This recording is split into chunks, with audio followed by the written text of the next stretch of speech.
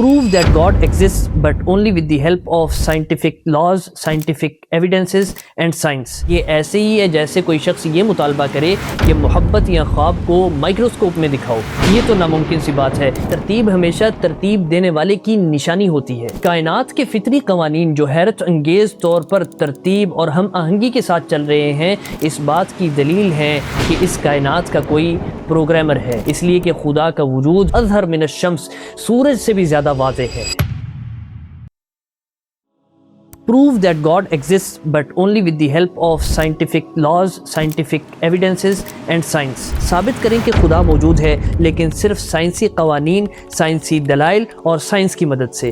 یہ ایک ایسا اعتراض ہے جو جدید ملحدین اور ہمارے بہت ہی پیاری ینگسٹرز کی طرف سے آج کل اٹھایا جا رہا ہے، جو فکری اعتبار سے آگے بڑھنے کی کوشش تو کر رہے ہیں لیکن اپنی فکر میں کچھ غلطیاں رکھتے ہیں. وہ یہ اعتراض اٹھاتے ہیں. اس اعتراض کے جواب تو میں اس میں انشاءاللہ دوں گا، لیکن اس جواب کو دینے سے پہلے اس سوال اور اس مطالبے میں کچھ فیلسیز ہیں اور کچھ مسکنسیپشنز ہیں جن کو دور کر دینا بہت ضروری ہے. ایسا اعتراض اٹھانے والا یہ فرض کر رہا ہے کہ جس حقیقت کو سائنس ثابت نہ کر سکے وہ چیز حقیقت میں موجود ہی نہیں. اور یہ غلطی اس وجہ سے ہوئی کہ یہ آدمی اس بات کو سمجھا ہی نہیں کہ سائنس کا دائرہ کار کیا ہے، سائنس کام کیسے کرتی ہے، سائنس کی اصل میں حقیقت کیا ہے. سائنس کا دائرہ کار صرف فزیکل ورلڈ اور کائنات کے اندر پائے جانے والے مظاہر اور ان کے آپس کے باہمی قوانین تک محدود ہے. سائنس یہ بتاتی ہے کہ چیزیں کام کیسے کرتی ہیں، قوانین لاگو کیسے ہوتے ہیں، لیکن سائنس یہ نہیں بتاتی کہ ان لاز آف نیچر، قوانین فطرت کے ماوراء کوئی سپر نیچرل، کوئی میٹا فزیکل ایگزسٹنس موجود ہے یا نہیں. سائنس کا یہ موضوع ہی نہیں. اب اس کو ہم ایک مثال سے سمجھتے ہیں. مثال کے طور پہ اگر کوئی شخص آپ سے کہے کہ تھرمامیٹر سے ثابت کرو کہ محبت موجود ہے یا نہیں، اگر تم ثابت کر سکو تو ٹھیک، نہیں تو میں محبت کے وجود کو مانوں گا ہی نہیں. اب تھرمامیٹر کا محبت کو ثابت نہ کر سکنا یہ محبت کے نہ ہونے کی دلیل نہیں ہے، اس لیے کہ تھرمامیٹر کا دائرہ محدود ہے. اسی طرح سائنس کا خدا کے وجود کو ثابت نہ کر سکنا یہ خدا کے موجود نہ ہونے کی دلیل نہیں بلکہ سائنس کے محدود ہونے کی دلیل ہے. اور اگر آپ غور کریں تو آپ کو پتہ چلے کہ اعتراض کرنے والے کا یہ مطالبہ بذات خود اپنی اصل میں غیر سائنسی ہے، اس لیے کہ سائنس کہیں بھی یہ دعویٰ نہیں کرتی کہ جس چیز کے وجود کو سائنس نہ ثابت کرے وہ چیز اصل میں موجود ہی نہیں، کیونکہ یہ دعویٰ نہ کسی امپیریکل ایویڈنس سے، نہ کسی مشاہدے سے، نہ کسی تجربے سے ثابت ہے اور نہ ہی کسی سائنٹیفک لا کا نتیجہ ہے، بلکہ یہ تو ایک فلسفیانہ مفروضہ فلسافیکل ایزمپشن ہے جس کو سائنس کے نام پر مان لیا جاتا ہے، حالانکہ سائنس خود اس کی تصدیق نہیں کرتی. لہٰذا جو شخص اس بات کا دعویٰ کر رہا ہے کہ جس چیز کو سائنس ثابت کرے وہی چیز موجود ہے، وہ اصل میں سائنس سے ماوراء، سائنس سے بیونڈ ایک کلیم اور ایک دعویٰ پیش کر رہا ہے. اب میں اس کے جواب کی طرف آتا ہوں، لیکن اس جواب سے پہلے میں تمہید کے طور پر 2 پوائنٹس آپ کو سمجھا دینا چاہتا ہوں تاکہ آپ کو جواب سمجھنے میں آسانی ہو سکے. سب سے پہلے ہم سمجھتے ہیں کہ یقین کی تعریف کیا ہے اور یقین کے لیولز اور مراتب کیا ہے. یقین کہتے ہیں ایسے ثابت اور پختہ اعتقاد کو جو حقیقت کے مطابق ہو، اور یقین کے 3 مراتب ہیں: علم الیقین، عین الیقین، حق الیقین. علم الیقین کسی چیز کے بارے میں سن کر یا منطقی استدلال کے ذریعے سے اس کا یقین حاصل کر لینا. مثال کے طور پر اگر کسی شخص نے گاڑی کبھی دیکھی ہی نہ ہو اور بہت سے لوگ اسے اس بارے میں بتائیں کہ دنیا میں گاڑی بھی موجود ہے، یا وہ کتابوں میں اس کے بارے میں بار بار پڑھے، تو اسے اس چیز کا یقین حاصل ہو جاتا ہے کہ دنیا میں گاڑی بھی موجود ہے. اس یقین کو علم الیقین کہا جاتا ہے. عین الیقین کسی چیز کے بارے میں سننے کے بعد یعنی علم الیقین حاصل کر لینے کے بعد اس کا اپنی آنکھوں سے مشاہدہ کر لینا یا اپنی حواس خمسہ سے اس کا ادراک کر لینا، اس کے ذریعے سے جو یقین حاصل ہوتا ہے اس کو عین الیقین کہتے ہیں.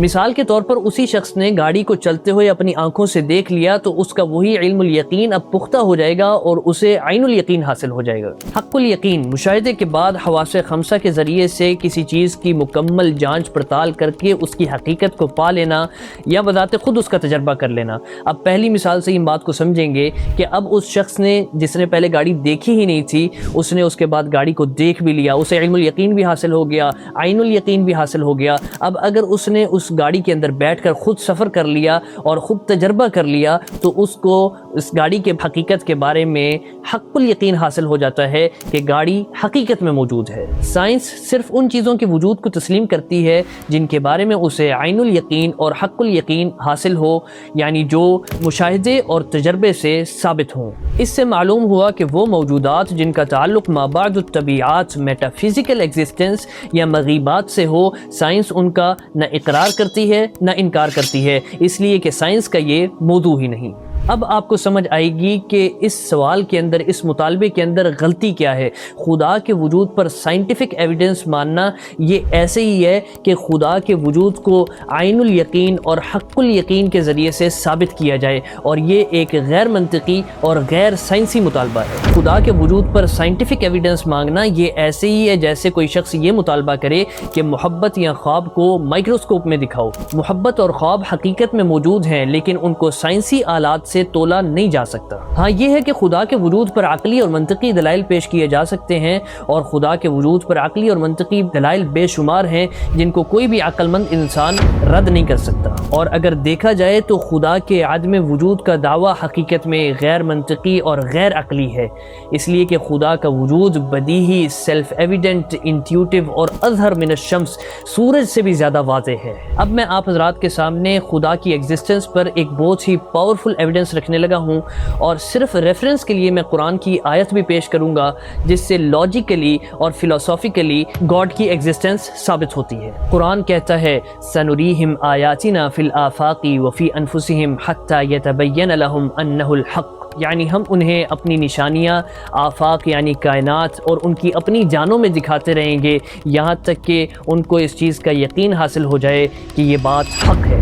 لہذا قوانین فطرت، لاز آف نیچر بذات خود اللہ تعالیٰ کی ایک بہت بڑی نشانی ہے۔ ان کی ہم آہنگی اور حسابی درستگی بتاتی ہے کہ ان کے پیچھے ایک علیم اور حکیم ذات کار فرما ہے۔ اب صرف سمجھنے کے لیے میں آپ کے سامنے بات رکھتا ہوں، دیکھیں کتاب میں جملے کیسے بنے، الفاظ کیسے ترتیب پائے۔ ایسا تو ہو نہیں سکتا کہ الفاظ ایسے ہی بکھرے پڑے ہوں اور خود ہی جمع ہو اور خود ہی اکٹھا ہو کے ایک معقول سا جملہ بن جائیں، یہ تو ناممکن سی بات ہے، اس لیے کہ ترتیب ہمیشہ ترتیب دینے والے کی نشانی ہوتی ہے۔ اسی طرح سائنٹیفک لاز، سائنٹیفک قوانین کی ہم آہنگی اس بات کی دلیل ہے کہ یہ محض حادثے کا نتیجہ نہیں بلکہ کسی خالق کے منصوبے کا نتیجہ ہے۔ اب امیجن کریں آپ کے ہاتھ میں موبائل فون ہے، اس میں کوڈ، سافٹ ویئر اور سسٹم کے اصول ہیں جو ہمیشہ ایک جیسے ہی نتائج دیتے ہیں۔ کیا یہ کہنا درست ہے کہ یہ قوانین، یہ لاز اپنے آپ وجود میں آ گئے؟ ہرگز نہیں۔ اس کے پیچھے ایک پروگرامر ہے، ایک سافٹ ویئر انجینئر ہے جس نے ان سب کی پروگرامنگ کر کے اس کو پوری ایک ترتیب کے ساتھ بنایا ہے۔ کائنات کے فطری قوانین جو حیرت انگیز طور پر ترتیب اور ہم آہنگی کے ساتھ چل رہے ہیں، اس بات کی دلیل ہے کہ اس کائنات کا کوئی پروگرامر ہے۔ یہ خدا کی ایگزسٹنس پر ایک بہت بڑا ایویڈنس ہے، بہت بڑا آرگیومنٹ ہے، اور اس آرگیومنٹ کو ٹیلیولوجیکل آرگیومنٹ بھی کہتے ہیں، آرگیومنٹ فرام ڈیزائن بھی کہتے ہیں، اور جدید دور میں اس کو فائن ٹیوننگ آرگیومنٹ بھی کہتے ہیں۔